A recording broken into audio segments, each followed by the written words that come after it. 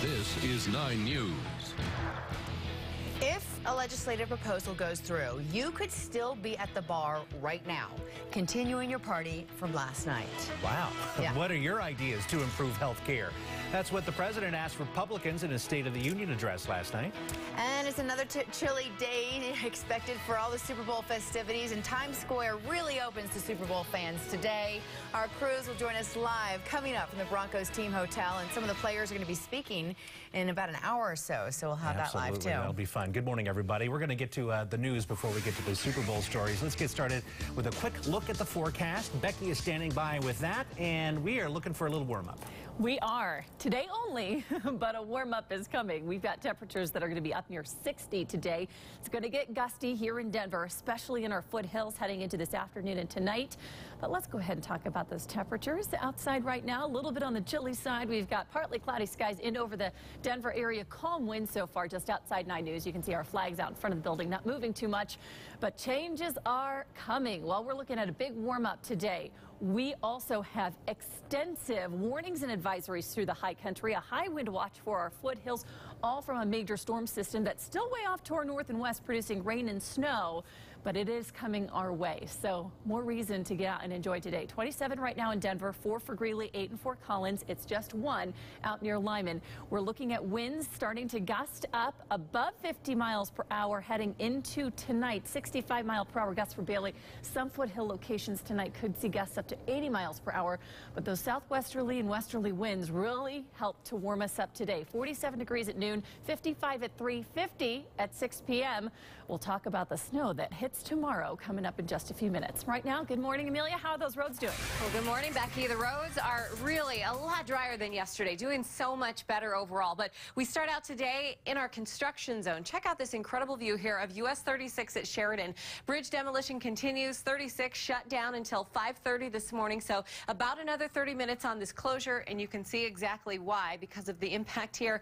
Boy, of course, those closures overnight will continue. As we take a look at our metro-wide view, we start off accident-free, but we do have a couple of windy patches, and I can't help but point out this one to the west between I-70, 285. It's shaped like a heart. I just sent it out on Twitter. You can share it this morning and share a little bit about that windy love. We are going to see those higher winds bring in warmer temperatures, though, which will be awfully nice. DIA travel info so far so good. 10 minutes and all lots do have plenty of spaces available. We're off to a really nice start to the east side as well as the north end of our Metro Drive. But U.S. Highway 550 over Red Mountain Pass, a different story. Near Ouray, it's expected to stay closed through the entire week. Crews have been working to reopen the road since January 12th when a rock slide closed it down. They installed nets to bring down large rocks yesterday, but the snow is expected today all the way through Saturday, so CDOT says that could halt the work. The fastest detour between Silverton and Ouray will add 100 miles to your trip. Amelia, thank you so much. Right now, Denver Fire Department checking to make sure that a fire at a 3-story apartment complex did not spread. They tell us the fire started on the outside, apparently went up the sides of that building and into the eaves of it at the Vantage Point Apartments. That's on South Cherry. It's now out, but they are evacuating as a precaution just to make sure everything's okay. No injuries have been reported. We've got a crew on the way to the scene, and we'll bring you an update a little bit later on. All right, it's now 5:03 on this Wednesday. Today, Colorado lawmakers will discuss extending bar hours by a lot. A House committee will debate letting municipalities decide if bars can stay open past 2 o'clock in the morning. Current law prohibits the sale of alcohol between 2 and 7 every day. The purpose of this bill is to give local governments more discretion and space out when people leave bars in hopes of stopping future violence. The House is rushing to complete work now on a nearly 1,000-page, $100 billion a year farm bill that would make small cuts to food stamps and continue some generous subsidies for farmers. Now, some conservative Republicans not happy about this, saying the $800 million in annual cuts to food stamps is not enough. But the final version of the 5-year bill has solid backing now, from what we're understanding this morning from the House GOP leadership. Leaders have scheduled a quick morning vote today. The share of people people who describe themselves as middle class has taken a big dive, while the percentage of people who now think they're in a lower class has skyrocketed over the past 6 years. Now, the survey was conducted for USA Today and finds the shift is likely due to falling wages and a weak job market. The median household income fell from nearly $56,000 in 07 to just over $51,000 in 2012. And employment in middle skills jobs increased only 46% between 1980 and 09. That compares to a 110% jump for low-skilled jobs. The share of young folks ages 18 to 29 who feel part of the lower class now has nearly doubled in the past 6 years. Well, the partisan bickering in Washington, D.C. has become too much for the president. Now he says he will skip congressional approval altogether if that's what it takes to get some of his laws passed. 9 News reporter Taronda Thomas is here with some highlights of last night's State of the Union. And Taronda, the president also talked about health care. He did, and a lot of people were paying attention. The president laid out an aggressive plan on lots of issues, and he made it clear if he has to go it alone, he will. That means Obama plans to use executive orders to pass new laws if Congress does not get on board. Those executive orders could do things like raise the minimum wage to $10.10 an hour. But the president needs Congress to approve some issues, including equal pay for women and immigration reform. Healthcare reform is still top of mind for the president. He urged Republicans to get on board. Because of this law, no American, none, zero, can ever again be dropped or denied coverage for a pre-existing condition like asthma or back pain or cancer. No woman can ever be charged more just because she's a woman. And we did all this while adding years to Medicare's finances, keeping Medicare premiums flat, and lowering prescription costs for millions of seniors.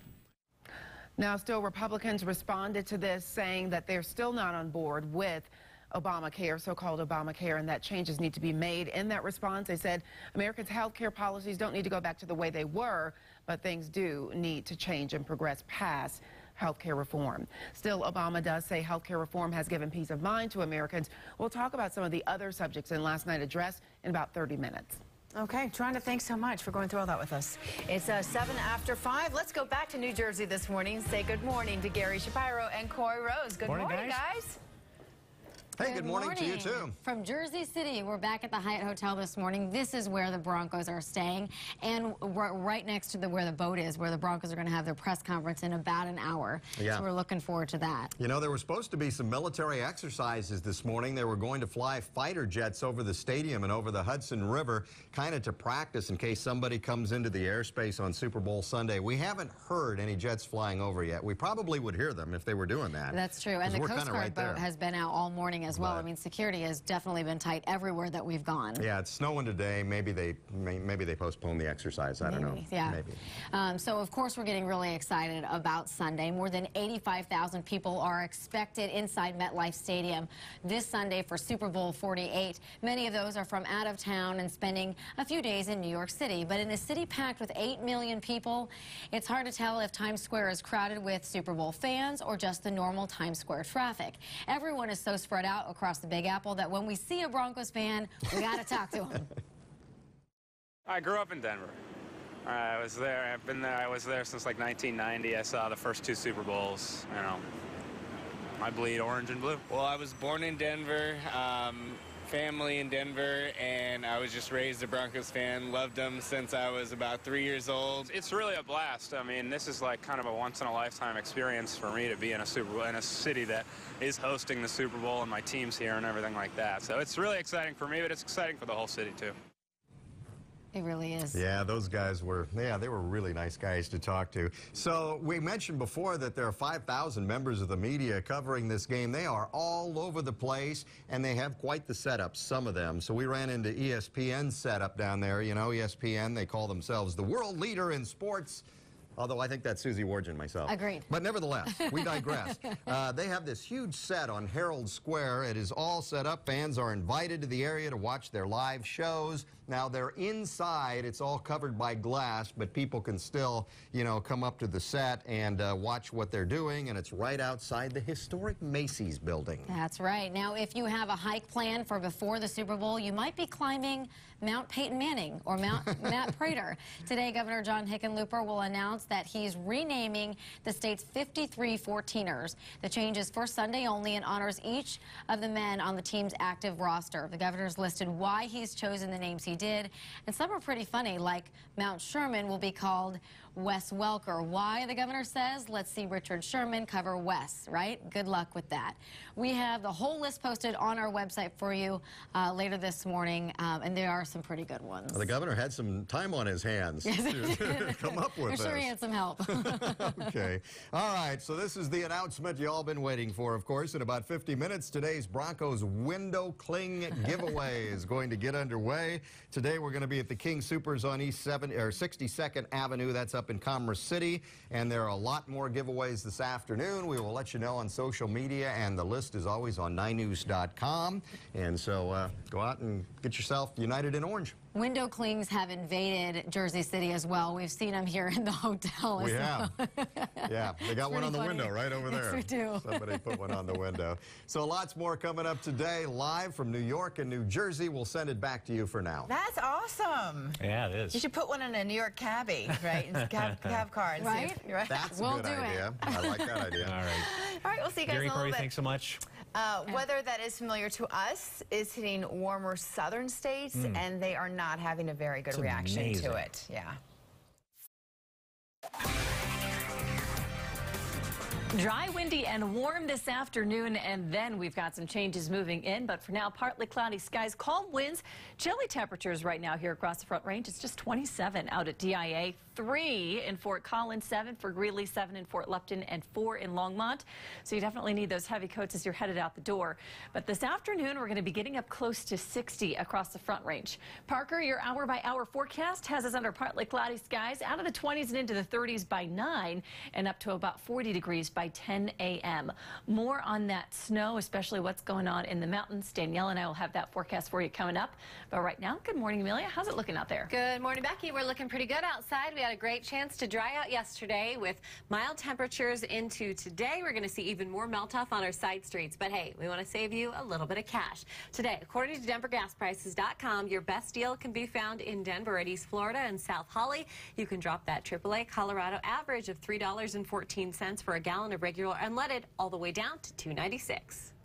All right, thank you very much, Amelia. Snow and ice fell on the southern states yesterday as promised, from Texas all the way into the Carolinas. State of emergencies are enacted because people in the south just don't deal with winter weather very often. But no place is as bad off as Atlanta, where drivers have been stuck on roads since yesterday afternoon. That's live. That's what it looks like now. Yes. Or, yeah, that was a live picture just a minute ago. Something. Some It's amazing. roadways are just sheets of ice. You can see it there. Shelters have been set up for people who had to abandon their vehicles out on the road.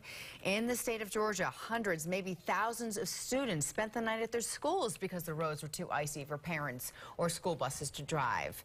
State troopers were sent to each school where students slept over, Just so they were miserable, yeah, I got to tell you. 5:15 right now. Quick look at money news, and Ford's going to pay record profit-sharing checks to United Auto Workers members after posting record profits here in North America. About 47,000 of these workers will get checks of about $8,800 each. Ford agreed to more generous profit sharing in the most recent labor deal they worked out with the union. In return, workers gave up an increase in their hourly pay. Ford's full-year net income, by the way, was the strongest that they've seen in more than a decade. Honda now is exporting more cars from the United States than it imports into this country. This is a first for a Japanese car company, and it follows a 3-year, $2 billion investment in North America. Honda CEO says he does expect this trend will continue. Mint Chocolate Trek, Lime Spearmint Zest, and Vanilla Mint Spark. They sound like some exotic kind of ice creams, right? But Procter & Gamble has something else in mind. The company is launching these as new toothpaste flavors. They're part of the Crest B line, which is for people looking to be adventurous. They're going to hit store shelves next month, and the company stresses your dentist will still approve. Management says the latest offering is aimed at injecting a little excitement into brushing. Excitement for that. Got to do that, I guess. All right. Also, at the Capitol today, the Senate could pass legislation that would delay a controversial flood insurance rate increase. The delay would be for 4 years and affect hundreds of thousands of people. It would also allow homeowners with subsidized insurance policies to pass them on to the people who buy their homes in the future. If this delay does not go through, people could see big premium jumps in the coming years. When the Broncos take the field on Sunday, they will not be allowed to hear a very familiar voice over those loudspeakers. From Colorado's sports leader, here's Susie Wardron. Good morning. In about 40 minutes, Broncos head coach John Fox will head onto the Cornucopia Majesty, which is a boat right next to the Broncos team hotel here in Jersey City. It's a 3-story boat. They've got a podium set up on the first story. That is where Coach Fox and Champ Bailey will speak around 6 and 6:15 Denver time. After that, on the 3rd floor, 6 other Broncos players will speak in kind of a roundtable fashion. Media can just go up and chat with them for a little while. It's not like we didn't hear from everybody less than 24 hours ago at Media Day. It was quite the sight. Thousands of journalists and over 7,000 fans who paid $28 a piece to watch. Now, the keeper of the time at Media Day for each team's allotted hour was 850 KOA's Alan Roach. Of course, you can hear Alan in many other places around the city, the DIA trains, home Avalanche games, home Bronco games. He has also been the Super Bowl announcer for the last 8 years, but he will not be this Sunday. The NFL told him the Broncos would have an unfair advantage if he did his duties this year. He's okay with it, but still a little bummed. And I would never put myself before them and say, I want you to lose, Champ Bailey. I want you to lose, Peyton Manning. You know, I still get to do my KOA job on the sideline, and I still get to go in the locker room after the game and hopefully talk to the victorious Broncos. So to complain about what my role is on Super Bowl Sunday is ludicrous, but there's only one person in the world that gets to say, I'm the Super Bowl announcer. And right now, I don't get to say that.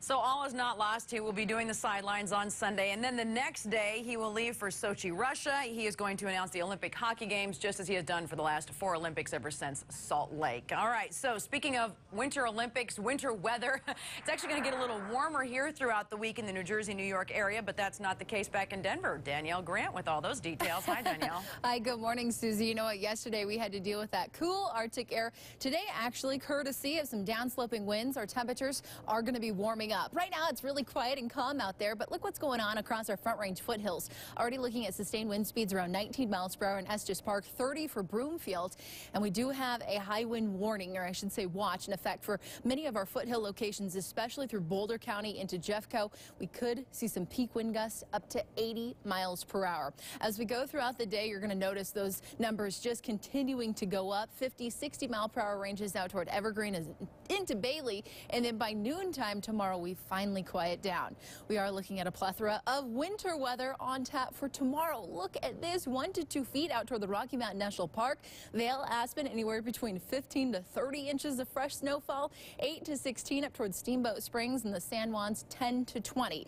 That warning is going to extend all the way through Friday. Here it is, the storm system begins to move in later tonight. Snowfall for our high country areas. It stays just to the west of the Continental Divide. Tomorrow morning at 7 a.m. it tries to inch a little bit closer, but better bets for us to see some snowfall later tomorrow night. So enjoy today, enjoy the 50s, because we're on a big cool-off coming in store for the weekend. Becky has those details and more. All moving in from the northwest, Danielle. We're watching snow and rain track into the Pacific Northwest. This is what's headed our way. The extensive warnings and advisories that we have across Colorado continue up to our north as well. Those higher elevations around Montana looking at about 6 to 12 inches of snow, 10 to 20 inches falling at our higher elevations through Wyoming. So this system, not only big for Colorado, but big for other parts of the country as well. It's just holding a lot of moisture as it moves in. Cold is coming with it too. This is tomorrow at 2 p.m. You notice we're only going to be in the 30s at that point, and by Friday, same time, temperatures dip into the 20s. Cold air, even once the snow moves out, will be sticking around for a little while. In fact, we're going to see below average temperatures heading into our weekend. Tonight, mostly cloudy, gusty winds out of the the southwest between 15 and 25 miles per hour. Overnight lows drop to 31. Tomorrow, look for a high of just 43 with snow in the afternoon. That chance continues into Friday with a high of 35, then dry with a high of 31 on Saturday. Sunday, 34, still in the middle 30s for Monday afternoon. Amelia, we knew it was going to turn colder sometime soon. Exactly. Back and forth, back and forth. All right, 5:23 is the time. Getting outside to 25 in Colorado. Not looking too bad. Early morning volume definitely in place on 25, C470, 225, and also I-70 this morning. As we head on out to our maps, we've got such great news. The construction across US 36, which has been in place overnight for the last couple weeks, wrapped up about 15 minutes early, and all lanes are now open across 36 at Sheridan. The bigger picture here shows our windiest locations across our Metro Drive, as well as out to the west side. 285 is going to be very gusty through Conifer and Bailey, so keep that in mind. Here more locally, 6th Avenue, C470, and I-70 near Denver West are all affected.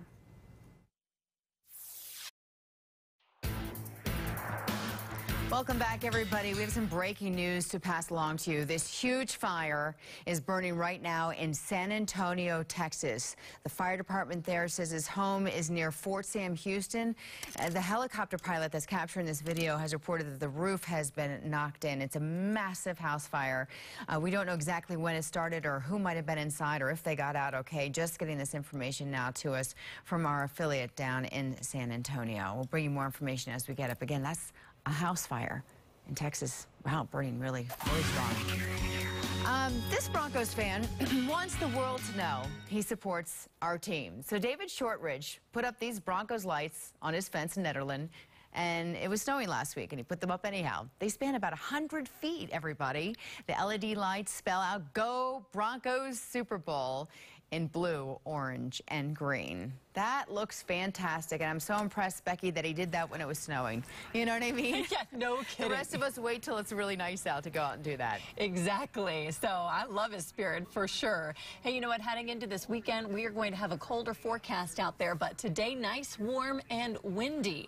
Outside this morning, partly cloudy, a little bit on the cool side. You do need a heavy jacket as you're headed out the door. Still in the 20s for you, Castle Rock, till we hit 9:30, and then by 10:30, we'll be up near 40 degrees. Coming up, we'll talk about the warm day ahead and the chance for snow tomorrow. Danielle and I will have those details after the break.